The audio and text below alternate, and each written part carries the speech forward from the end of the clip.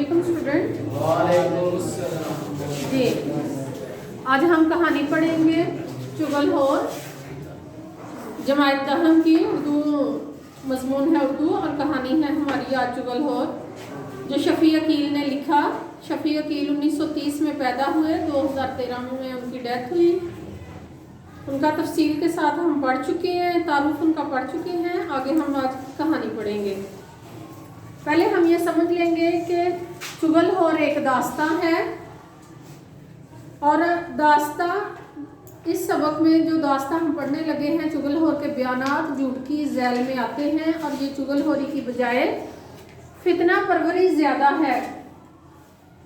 सिर्फ लफ्ज़ चुगलखोर को देख के हमें एक नेगेटिव थाट जहन में आता है, नेगेटिव थिंकिंग जहन में आती है, मनफी ख्याल आता है जहन में कि चुगलखोर के मतलब पढ़ने लगे हैं तो ये क्या फैलाता है, फितना परवरी।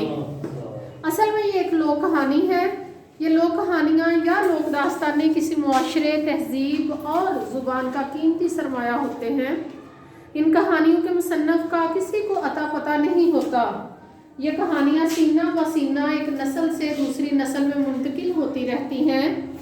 इनके ज़रिए से मोहब्बत, इसार, खलूस, मरवत, इत्तेहाद, दोस्ती और बहादुरी जैसी सिफ़ात मुआशरे में परवान चढ़ती हैं और नस्लों की किरदार साजी में अहम किरदार अदा करती हैं। किसी भी घर में बड़े बुज़ुर्ग बैठ जाते हैं, बच्चों को अच्छी अच्छी कहानियाँ सुनाते हैं, या कुछ अफराद इकट्ठे बैठ जाते हैं सर्दियों की शामें गुजारने के लिए, रिश्तेदार इकट्ठे बैठ जाते हैं और वो फिर कुछ कहानियाँ एक दूसरों से और या अपने बुज़ुर्गों से, अपने बड़ों से सुनी हुई कहानियाँ जब आगे सुनाते हैं तो उसको लोक दास्तां कहते हैं। अब हम आते हैं लोक दास्तां चुगलखोर की तरफ। अगले वक्तों की बात है, किसी गांव में एक चुगलखोर रहता था। दूसरों की चुगली खाना और एक की बात दूसरों तक करना उसकी आदत थी। चुगलखोर का आदत क्या थी? अगर तो वो सिर्फ एक की बात दूसरे तक कर देता है तो वो भी बहुत बड़ा गुनाह है, लेकिन अगर उसमें मजीद और बातों का इजाफा करके दूसरों के घरों में वो फितना परवरी कर रहा है तो वो उससे बड़ा गुनाह है। कहते हैं कि दूसरों की चुगली खाना और एक की बात दूसरे तक करना उसकी आदत थी, और लाख कोशिश के बावजूद वो अपनी आदत को ना छोड़ सका था। उसने बारहा इस बात का इरादा किया कि अब किसी से किसी की चुगली नहीं खाएगा, एक की बात दूसरे से नहीं कहेगा, लेकिन हर बार वो अपने इस इरादे में नाकाम हो जाता। दरअसल वो अपनी आदत से मजबूर था और इसी आदत की वजह से उसे अपनी मुलाजमत से भी हाथ धोना पड़े। हाथ धोना मुहावरा है, मतलब क्या इसका? मुलाजमत उसकी छूट जाती, अपनी मुलाजमत से भी हाथ धोना पड़े थे। चनांचे वो बेकार था। बेकार से क्या मुराद है? वो फारिग था। कार का मतलब होता है काम, कि उसको ये पास अब करने के लिए कोई काम ना था। बेकार क्या है? उसके पास कोई नौकरी नहीं थी, कोई जॉब नहीं थी। उसने बारहा इस बात का इरादा किया। उसने दूसरी मुलाजमत की बहुतेरी से मुराद है बहुत ज़्यादा कोशिश की, मगर वो इसमें कामयाब ना हो सका। कुछ दिन तक तो अपनी जमा पूंजी क्या है? जो इकट्ठे किए हुए पैसे हैं उसके पास, अपनी जमा पूंजी पर गुजर बसर करता रहा, वक्त गुजारता रहा। लेकिन जब थोड़ा थोड़ा करके इसका सारा सरमाया क्या है? उसके पास जो सरमाया है, उसके पास जो पैसे हैं या वो चीज़ें हैं जिन्हें वो बेचकर गुजारा कर सके, जब सारा सरमाया ख़त्म हो गया तो वो बहुत परेशान हुआ। उसने नौकरी और मजदूरी के लिए सर तोड़ कोशिश शुरू कर दी। सर तोड़ क्या है? बहुत ज़्यादा कोशिश की, लेकिन उसकी कोशिश में उसके रास्ते में रुकावट क्या बनती? उसकी आदत बनती। उसने सरतोड़ कोशिश शुरू कर दी कि कहीं फाकों की नौबत ना आ जाए। फाके क्या है? भूखे रहने की नौबत ना आ जाए। नौबत क्या है? हालत। मुख्तलिफ लोगों से कहा, दर किसे कहते हैं? दरवाजे को। दरवाजे को। दर दर की खाक छानी, एक एक दरवाजे पर गया, मिन्नत समाजत की, एक एक के पास गया, मगर मुसीबत ये थी कि चुगलखोर होने की वजह से उसे कोई भी अपने पास मुलाजम रखने पर तैयार ना होता था। गांव के तमाम लोग उससे अच्छी तरह वाकिफ थे, उसकी आदत से वाकिफ थे, उसकी चुगली खाने की आदत के बारे में जानते थे, इसलिए उसे कोई भी मुंह ना लगाता था, यानी उसकी बात का कोई भी यकीन नहीं करता था। आखिर जब वो मुसलसल नाकामियों से तंग आ गया और नौबत अंडरलाइन करें, नौबत क्या है? हालत। नौबत वाकई फाकों पर यानी भूख तक आ पहुंची तो उसने दिल में सोचा इस गांव को छोड़ देना चाहिए और कहीं और चलकर किस्मत आजमाई करनी चाहिए। चनांचे उसने थोड़ा बहुत ज़रूरी सामान लिया और गांव छोड़कर सफ़र पर रवाना हो गया। सफ़र तो वसीला तो ज़फ़र होता है, कामयाबी की कुंजी होती है सफ़र, लेकिन अगर इंसान अपनी आदतें दुरुस्त कर ले तो। गांव छोड़कर सफ़र पर रवाना हो गया ताकि किसी दूसरे गांव या शहर में जाकर मेहनत मजदूरी करे। चलते चलाते वो एक और गांव में जा पहुंचा। ये गांव उसके लिए नया था और उसे वहां कोई नहीं जानता था, इसलिए उसे उम्मीद थी कि यहाँ नौकरी मिल जाएगी। लिहाजा वो एक किसान के पास गया और उससे कहा, मुझे आप अपनी मुलाजमत में रख लें। किसान ने उससे दरियाफ्त किया, तुम क्या काम कर सकते हो? चुगलखोर ने जवाब दिया, मुझे खेती बाड़ी का सारा काम आता है, ये काम मैं अच्छी तरह कर सकता हूँ। इत्तेफाक की बात यह है कि वो किसान अकेला था, खेतों के कामकाज में उसका हाथ बटाने वाला यानी मदद करने वाला कोई न था। उसे एक मुलाजम की ज़रूरत भी थी, इसलिए उसने सोचा चलो इससे ही मुलाजम रख लेता हूँ, ये भी ज़रूरतमंद है और मेरा भी काम हल्का हो जाएगा। काम हल्का होना क्या है?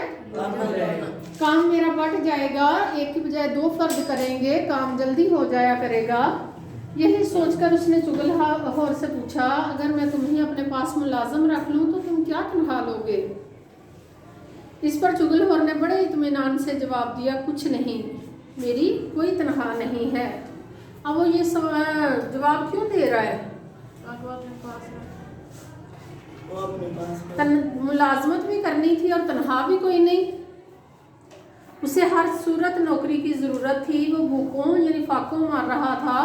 वो चाहता था कि मेरे खाने की, मेरे नान नफके की मेरी बंदोबस्त हो सके, इसलिए उसने कहा, कुछ नहीं, मेरी कोई तनख्वाह नहीं है। किसान को इसकी बात सुनकर बड़ा ताज्जुब, बड़ी हैरानगी हुई और काम करेगा और तनख्वाह नहीं लेगा, भला ये क्यों कर हो सकता है? उसने हैरानी से कहा, ये कैसे हो सकता है? जवाब में चुगलखोर कहने लगा, आप मुझे सिर्फ रोटी कपड़ा दे दें, यानी इस वक्त जिसकी मुझे सबसे ज़्यादा ज़रूरत है, आप मुझे रोटी कपड़ा दे दें और इसके साथ एक बात की इजाज़त, बस यही मेरी तनख्वाह है। किसान पूछने लगा, किस बात की इजाज़त? चुगलखोर बोला, आप मुझे सिर्फ इतनी इजाज़त दे दें, मैं 6 माह के बाद आपकी सिर्फ एक चुगली खा लिया करूं। चुगलखोर की ये बात तो अपनी जगह बड़ी अजीब थी, लेकिन किसान ने अपने दिल में सोचा, मुफ्त का नौकर मिल रहा है, खाली रोटी कपड़े में क्या बुरा है? हमारे पंजाब में वैसे भी जब खाना बनाया जाता है तो खाना बनाते हुए 2-4 फर्द को जहन में, मेहमान को, अल्लाह की रहमत को जहन में रख के ज़्यादा बनाया जाता है कि कोई घर में आ जाए तो वो खा सके। तो इसलिए वो क्या कह रहे हैं कि आप मुझे सिर्फ इतनी इजाज़त दे दें, मैं 6 माह के बाद आपकी सिर्फ एक चुगली खा लिया करूं। चुगलखोर की ये बात तो अपनी जगह बड़ी अजीब थी, लेकिन किसान ने अपने दिल में सोचा, मुफ्त का नौकर मिल रहा है, खाली रोटी कपड़े में क्या बुरा है? फिर उसने अपने आप को आमादा कर लिया। आमादा करना क्या होता है? अपने आप को राज़ी करने के लिए कहा, 6 माह बाद एक चुगली खाता है तो खा ले, मेरा क्या जाता है? ये किसी से मेरी चुगली खाकर मेरा क्या बिगाड़ लेगा? मेरे पास कौन से राज हैं जो जाहिर हो जाएंगे? मुझे तुम्हारी ये शर्त मंजूर है। यहाँ पर आकर किसान नुकसान में आ गया है। चनाचे चुगलखोर किसान के पास मुलाजम हो गया। वो काम भी उसी का करता था और उसी के घर में रहता भी था। रोज़ाना सुबह सवेरे किसान के साथ खेतों में चला जाता, बैलों के लिए चारा काटता, हल चलाता, गाही करता। गाही करना क्या होता है? खेत का सारा काम यानी हल चलाना उसमें जो है ना वो बीज बोना, उसको जो है ना वो काबिले काश्त बनाना, और इसी तरह काम में किसान का बराबर का हाथ बटाता था। दिन गुजरते गए और किसान को ये बात भी भूल गई कि 6 माह बाद चुगलखोर ने चुगली खाने की इजाज़त मांगी थी और उसने चुगली खाने की इजाज़त दे भी दी थी। किसान इसी अरसे में ये तमाम बातें भूल चुका था। इधर चुगलखोर को किसान के यहाँ मुलाजम हुए 6 माह बीत गए क्या है, गुजर गए। अब उसका दिल चाह रहा था किसी से किसान की कोई चुगली खाए। वो 6 माह से अब तक अपनी इस आदत पर जबर किए हुए था। जबर क्या है? सख्ती होती है, जुल्म तो होता ही है, लेकिन चुगलखोरी की आदत पर जो है ना वो उसने जो किया हुआ है वो जबर में सख्ती लफ्ज़ आएगा। अपने आप में सख्ती की हुई थी कि अभी तक मैंने इसकी चुगली नहीं खानी, मगर अब मुआहदे की मुद्दत ख़त्म होने पर अपने आप पर काबू पाना उसके बस में ना था। चनाचे जब वो अपनी आदत से बिल्कुल मजबूर हो गया तो उसने सोचा अब चाहे कुछ हो मैं किसान की चुगली ज़रूर खाऊंगा, और अब तो मुआहदे के मुताबिक मेरा हक भी है। एक रोज़ किसान हस्बे मामूल अपने खेतों में गया हुआ था। घर में उसकी बीवी अकेली थी।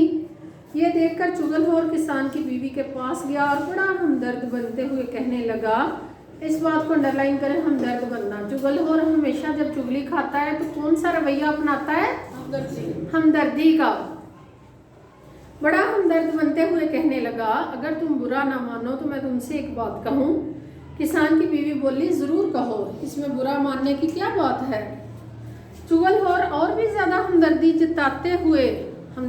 जाहिर करते हुए बोला, इसमें तुम्हारा ही भला है, तुम्हारी ही अच्छाई है, अच्छापन है, तुम्हारा ही कोई अच्छा काम होगा इसमें। ये सुनकर किसान की बीवी को कुछ शक सा हो गया। उसने दिल में सोचा, हो ना हो कोई ख़ास बात ज़रूर है। यही ख्याल करके वो कहने लगी, फिर तो ज़रूर कहो, वो क्या बात है। जवाब में चुगलखोर बड़े राज़दाराना अंदाज में बोला, दरअसल किसान कोढ़ी हो गया है। कोढ़ी को अंडरलाइन करें। कोढ़ी एक बीमारी है। पहले वक्तों में जब इलाज नहीं था कोढ़ का हुआ करता तो लोग कोढ़ी शख्स को, जिसको कोढ़ हो जाता था, जिस्म एक किस्म की ये एलर्जी होती है, तो उसका जब इलाज नहीं था होता तो उस शख्स को जो है ना वो जंगल में छोड़ आया करते थे अनपढ़ जाहल लोग, उसका इलाज करवाने की बजाय कि हमसे ये ठीक नहीं हो रहा, बाकियों को लगता जा रहा है तो इससे जान छूटे। तो कहते दरअसल किसान कोढ़ी हो गया है, उसने अपनी ये बीमारी अब तक तुमसे छुपाए रखी है। कोढ़ी हो गया है, किसान की बीवी ने चौंक कर पूछा। उसे बड़ा ताज्जुब हुआ, बड़ी हैरानगी हुई। ये बात उसके लिए जिस कदर नई थी उससे कहीं ज़्यादा हैरानकुन भी थी। चुगलखोर ने जब अपना तीर निशाने पर बैठता देखा तो बोला, अगर तुम्हें यकीन ना आए तो आजमा के देख लो। अब तो किसान की बीवी भी सोच में पड़ गई। उसने दिल में सोचा, हो सकता है मुलाजम ठीक कह रहा हो, भला उसको मुझसे ऐसा झूठ बोलने की क्या ज़रूरत है। लिहाजा उसने जल्दी से पूछा, मगर मैं कैसे आजमाऊं, मुझे कैसे पता चले कि वो कोढ़ी हो गया है। चुगलखोर झट से यानी फ़ौरन कहने लगा, इसमें क्या मुश्किल है। फिर उसने उसे समझाते हुए कहा, जो आदमी कोढ़ी हो जाए उसका जिस्म नमकीन हो जाता है। अगर तुम ये जानना चाहती हो कि किसान कोढ़ी हो गया है या नहीं तो किसान के जिस्म को ज़ुबान से चाट कर देख सकती हो। किसान की बीवी को चुगलखोर की ये तजवीज़ पसंद आई। उसने सोचा उससे नौकर के झूठ सच का पता चल जाएगा। उसने कहा, अच्छा कल जब मैं किसान का खाना लेकर खेतों में जाऊंगी तो किसान के जिस्म को चाट कर ज़रूर देखूंगी। चुगलखोर किसान की बीवी से ये बातें करके सीधा खेतों की तरफ चल दिया, जहाँ किसान पहले ही से खेती बाड़ी के कामों में लगा हुआ था। दरअसल उन दिनों फसल पक चुकी थी, जिसकी वजह से किसान 2 रोज़ से अपने घर नहीं गया था। उसे रात को भी खेतों में ही रहना पड़ता था। चुगलखोर किसान के पास पहुंचा और उसने बड़ी राजदारी से उससे कहने लगा। बाकी हम इंशाल्लाह कल पढ़ेंगे। बहुत